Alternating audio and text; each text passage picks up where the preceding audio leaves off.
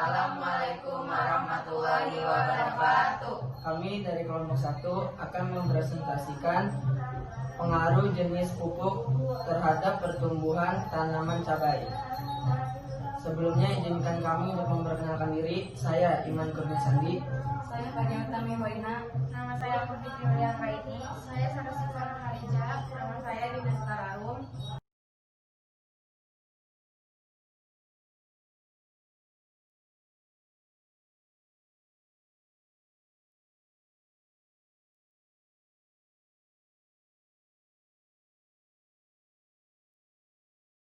Judul yang kita ambil dalam penelitian yaitu pengaruh pupuk kandang terhadap pertumbuhan tanaman cabai.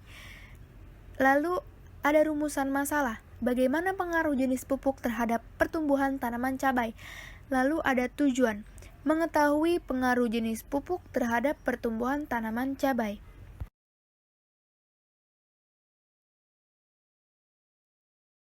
Yang pertama ada dasar teorinya. Pupuk adalah bahan yang memiliki kandungan satu atau lebih unsur hara yang diberikan pada tanaman atau media tanam untuk mendukung proses pertumbuhannya agar bisa berkembang secara maksimal. Pupuk sendiri mengandung bermacam-macam unsur hara yang diperlukan tanaman dalam kelangsungan hidupnya. Nah, secara garis besar, unsur hara yang dibutuhkan tanaman meliputi unsur hara makro dan unsur hara mikro. Unsur hara makro antara lain ada nitrogen, fosfor, kalium, kalsium, magnesium, sulfur, atau belerang.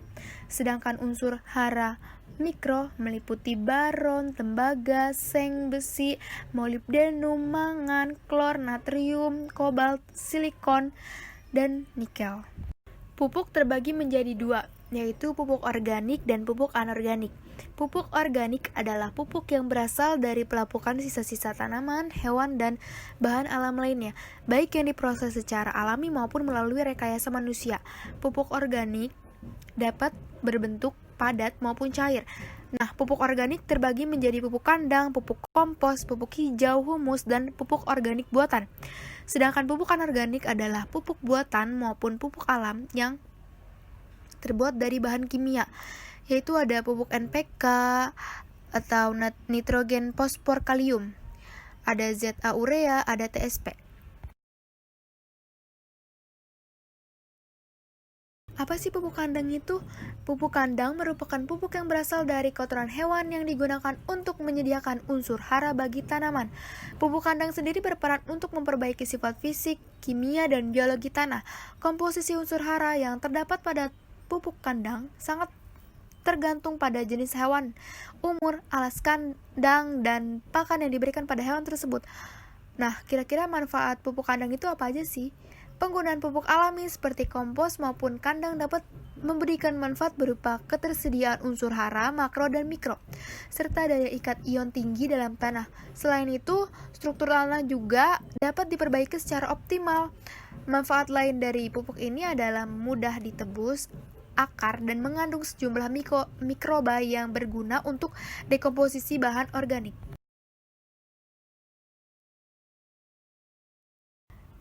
Nah, di sini ada jenis pupuk kandang.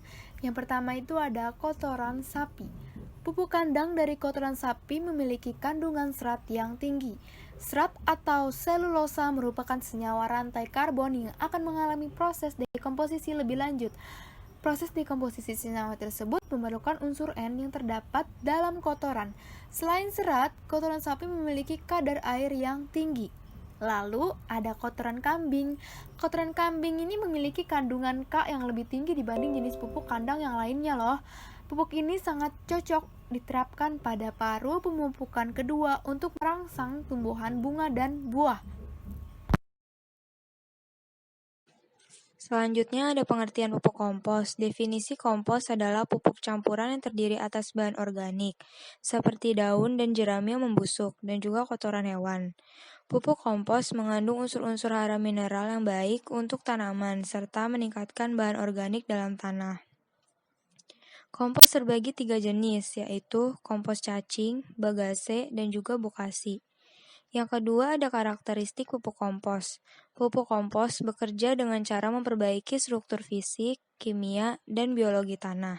Secara fisik, kompos meningkatkan kemampuan tanah untuk menyimpan air sebagai cadangan di saat kekeringan. Kompos juga membuat tanah menjadi gembur dan cocok sebagai media tumbuh akar tanaman.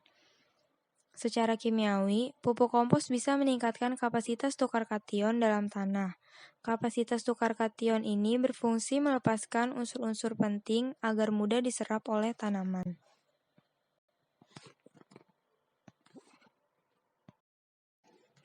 Selanjutnya ada manfaat pupuk kompos. Manfaat pupuk kompos yaitu untuk meningkatkan kesuburan tanah serta menyediakan unsur-unsur hara mineral memadai dan seimbang yang bisa diserap oleh tanaman.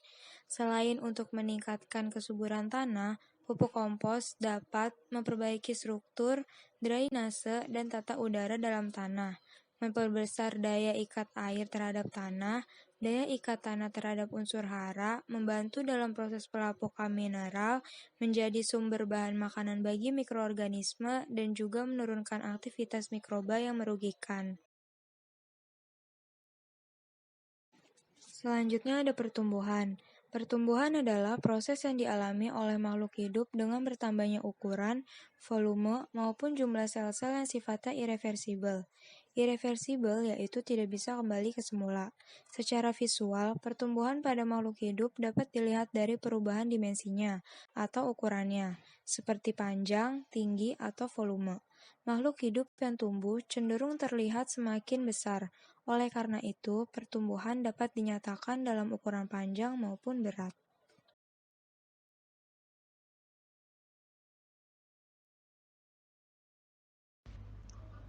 Ciri-ciri pertumbuhan. Yang pertama yaitu terjadi perubahan secara fisik dan perubahan dimensi atau ukuran. Yang kedua, terjadi peningkatan jumlah sel. Yang ketiga, dapat dinyatakan dalam ukuran panjang, volume maupun berat. Yang keempat, yaitu terdapat penambahan kuantitatif individu. Yang kelima, dipengaruhi oleh faktor internal dan faktor eksternal. Yang terakhir, bersifat terbatas. Artinya, pada usia tertentu makhluk hidup sudah tidak tumbuh lagi. Cabai atau nama latinnya yaitu Capsicum annum L merupakan salah satu jenis sayuran penting yang dibudidayakan secara komersial di daerah tropis. Cabai merupakan tanaman dari divisi Spermatophyta dan famili Solanaceae. Secara umum, cabai memiliki banyak kandungan gizi dan vitamin. Di antaranya ada kalori, protein, lemak, karbohidrat, kalsium, vitamin A, B1, dan vitamin C. Dalam proses budidaya, peningkatan produksi tanaman dapat dilakukan secara agronomik, yaitu melalui pemupukan. Cabai yang merupakan salah satu komoditas sayuran dan banyak dibudidayakan oleh para petani di Indonesia karena memiliki nilai jual yang cukup tinggi serta memiliki beberapa manfaat yang bagi kesehatan manusia. Salah satunya yakni zat capsaicin yang berfungsi untuk mengendalikan penyakit kanker. Selain itu, kandungan vitamin C yang ada pada cabai dan terbilang cukup tinggi mampu memenuhi kebutuhan harian setiap orang. Namun harus dikonsumsi pada takaran yang pas agar terhindar dari nyeri lambung dan berbagai gangguan sistem pencernaan lainnya. Selain dapat bermanfaat sebagai penyakit kanker, cabai dapat bermanfaat untuk pencegahan penyakit jantung, stroke, tekanan darah tinggi, mencegah osteoporosis, sebagai antioksidan, penyembuhan rematik, mengobati bisul, dan sebagainya. Di daerah tropis, cabai tumbuh sebagai tumbuhan tahunan, sedangkan pada daerah subtropis, cabai tergolong sebagai tumbuhan semusim. Tumbuhan berbentuk perdu ini berasal dari dunia baru atau negara Meksiko dan Amerika Tengah, serta wilayah Andes yang ada di wilayah Amerika Selatan. Pada saat itu, cabai dimanfaatkan masyarakat di sana untuk bumbu masakan.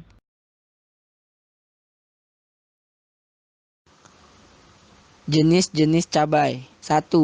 Cabai hias. Cabai hias merupakan jenis tanaman yang kebanyakan orang menggunakannya sebagai tanaman hias yang ditaruh di pot-pot.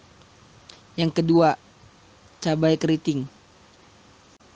Cabai ini merupakan tanaman musiman dengan tinggi yang dapat mencapai 1 meter dan warna daun hijau tua. Yang ketiga, cabai merah besar. Cabai ini merupakan salah satu jenis sayuran yang memiliki nilai ekonomi yang tinggi dibanding cabai lainnya. Yang keempat, cabai rawit yang biasa sering kita temui di goreng-gorengan. Cabai ini merupakan jenis cabai yang memiliki rasa yang sangat pedas dibanding dengan jenis cabai lainnya. Yang kelima, cabai paprika. Jenis cabai ini terlihat mirip dengan buah apel merah yang kecil atau menyerupai buah tomat yang lonjong. Panjangnya kira-kira 2-5 cm dengan diameter 3-5 cm. Rasanya tidak pedas dan cenderung manis. Dan yang terakhir, cabai setan. Cabai setan ini adalah cabai terpedas di dunia.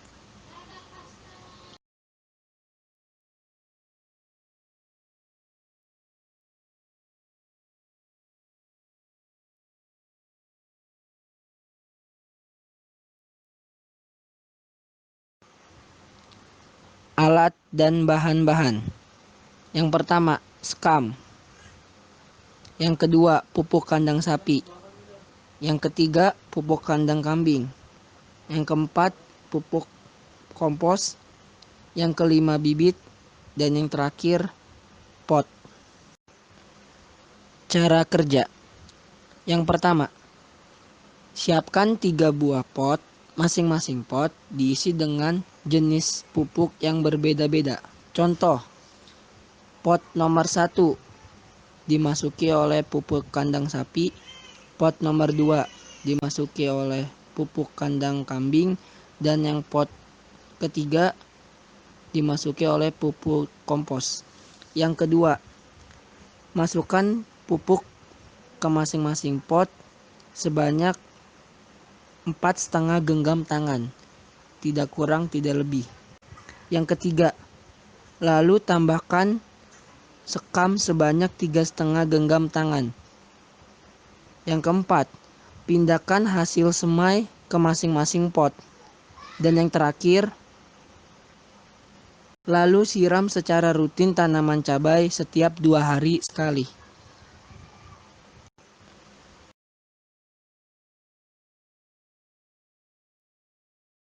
Setelah melakukan pengamatan selama 7 hari, kami dapat menyusun tabel data pengamatan seperti berikut.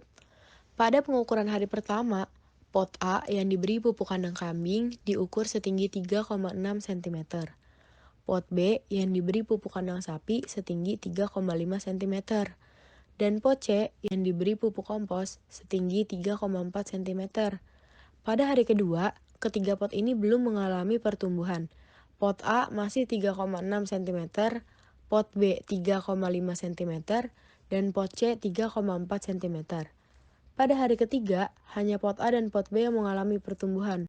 Pot A menjadi 3,9 cm, pot B menjadi 3,9 cm, dan pot C tetap 3,4 cm. Pada hari keempat, pot A menjadi 4,4 cm, pot B 4,5 cm, dan pot C mengalami pertumbuhan menjadi 3,7 cm. Hari kelima, pot A menjadi 4,9 cm, pot B 5,2 cm, dan pot C 4,1 cm. Pada hari keenam, pot A menjadi 5,5 cm, pot B 5,7 cm, dan pot C 4,4 cm. Dan pada pengukuran hari terakhir, data yang didapat adalah pot A menjadi 6 cm, pot B 6,4 cm, dan pot C menjadi 4,9 cm.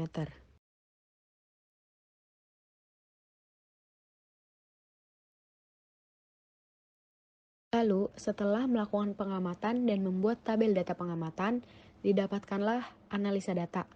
Yang pertama, pot A diberi pupuk kandang kambing, pot B diberi pupuk kandang sapi, dan pot C diberi pupuk kompos. Yang kedua, tanaman cabai yang diberi pupuk kandang sapi tumbuh lebih cepat dan subur karena pupuk kandang sapi mengandung serat dan kadar air yang tinggi. Selain itu juga, karena pupuk kandang kambing memiliki kandungan kalium yang lebih tinggi dari jenis pupuk kandang lainnya, sehingga pupuk kandang kambing lebih cocok digunakan pada pemupukan kedua. Yang ketiga, tanaman cabai yang diberi pupuk kompos tumbuh paling lambat di antara tanaman cabai yang diberi pupuk kandang karena pupuk kompos memiliki kandungan unsur hara yang sedikit sehingga harus dicampur dengan pupuk anorganik atau pupuk kimia lainnya. Dan jumlah pupuk kompos yang diberikan harus lebih banyak dibandingkan pupuk anorganik atau pupuk kimia. Dari pengamatan yang telah dilakukan, dapat disimpulkan bahwa 1. Jenis pupuk berpengaruh terhadap pertumbuhan tanaman cabai. Yang kedua, pupuk kandang sapi lebih berpengaruh terhadap pertumbuhan tanaman cabai dibandingkan dengan pupuk kandang kambing dan pupuk kompos.